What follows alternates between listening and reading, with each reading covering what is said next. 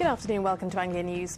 A teenager has died in Bedford this morning after police pulled him from his car shortly before it burst into flames. The 18-year-old was killed after crashing into a tree on Brick Hill Drive. From there, Hannah Pettifer's just sent us this report.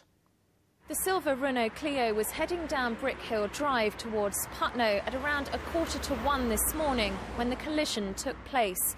At the same time, a police car was heading along the same road but in the opposite direction on its way to a separate incident. Now, there was one police officer in that car. Having seen the collision, he got out, ran to the Renault Clio and managed to pull the driver out just seconds before it burst into flames. He administered first aid to the driver until paramedics arrived, but he was pronounced dead shortly afterwards at Bedford Hospital. Now, because of that police contact with the driver, the investigation into the young man's death has been referred to the Independent Police Complaints Commission. The 18-year-old hasn't yet been formally identified. That will only take place once a post-mortem has happened and also an inquest into his death has been opened. But his family has been informed, and already bunches of flowers are being left close to the scene of his death. Hannah Pettifer, Anglia News, Bedford. A 34-year-old man's been charged with the murder of an 88-year-old woman in Southend. Rosina Wallow was found dead at her home on Johnston Road on New Year's Day. A 64-year-old man was also taken to hospital. Hassan Salahi from Southend will appear at Magistrates Court in the town tomorrow morning. Police in Luton are appealing for information after a fight on New Year's Day that's left a man on life support. The 26-year-old is being treated for a life-threatening head injury at London's Royal Free Hospital after a mass brawl on Ashcroft Road in the early hours of the morning. Now, for the past few weeks, we've been bringing you updates on little Ella Grace Honeyman from Hevingham in Norfolk, who suffers from a rare and life-threatening condition. Last month, she and her family travelled to New York for surgery. Albert Patel's been to catch up with the family. Christmas is a time of year traditionally spent with the family, but 2 weeks ago the Honeymans thought they could be robbed of that chance. We spoke to grandfather Ian and mum Laura after their 2-year-old Ella Grace had life-saving surgery in New York for a condition where the blood flow in her brain puts it under extreme pressure. It was made possible by Anglia News viewers who donated thousands towards the treatment, but the surgery sadly uncovered further complications.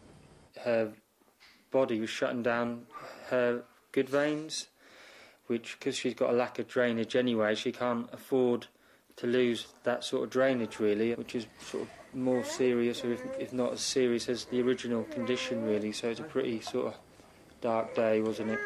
I personally felt like I wasn't going to see my child again. I didn't think I was going to get to hold her.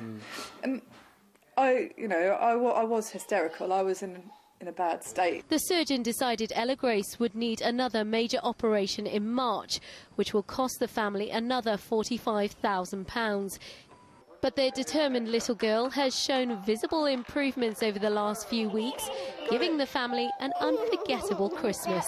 It was nice to see her being able to get up out of bed and have a smile on her face and playing with her toys and her sister, because that's why we had a family. Ella Grace undergoes her 5th major operation of her short life in just over 8 weeks' time. An operation which will again force her family to turn to the generosity of strangers for help. But for now, they are just enjoying their unexpected chance to be a normal family over the festive period. Albert Patel, Anglia News, Hevingham in Norfolk.